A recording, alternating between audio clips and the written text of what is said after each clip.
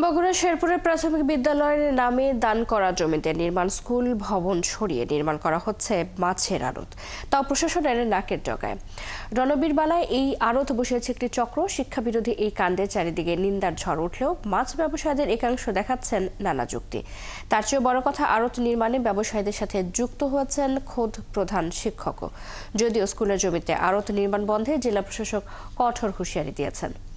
SM. Abu সাইদের প্রতিবেদন, ছবি তুলেছেন মাসুদ বাবু। শেরপুরের রণবীর বালা এলাকায় দরিদ্র পরিবারের সন্তানদের শিক্ষা নিশ্চিত করতে 2004 সালে গ্রামবাসীর উদ্যোগে প্রতিষ্ঠিত হয় একটি বেসরকারি প্রাথমিক বিদ্যালয়।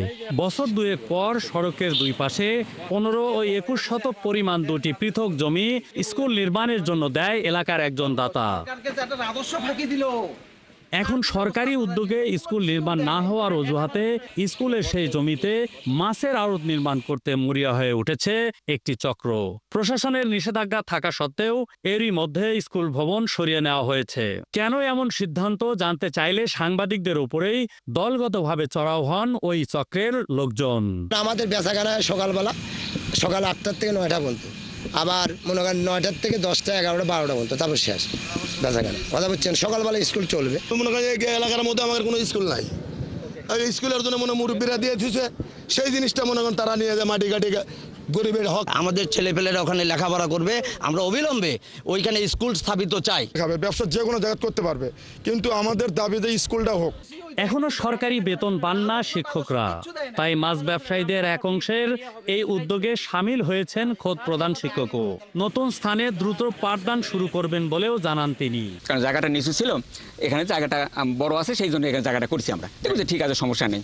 টিও স্যার আমরা জানে, তো টিও স্যার জানে, এসিলেন জানে, এবং টিওনো স্যারও জানে, সবাই জানে। এদিকে স্কুলের জমি নিয়ে এমন কাণ্ডে হতবাক জমিদাতা। এলাকাবাসীও এ নিয়ে ক্ষোভ জানান। স্কুল তারা প্রতিষ্ঠিত করুক, আমি এটাই চাই। গ্রামের সবাই বলতেছিল যে গ্রামে স্কুল নেই। এরকম অনেকদিন ঘোরাঘুরি পরে, প্রায় বছর 5-6 ঘোরাঘুরির পরে আমি রাজি হয়েছি। স্কুল নির্মাণ নিয়ে কথা বলতে চাইলে নানা দাপ্তরিক কাজে জটিলতা দেখান উপজেলা নির্বাহী কর্মকর্তা।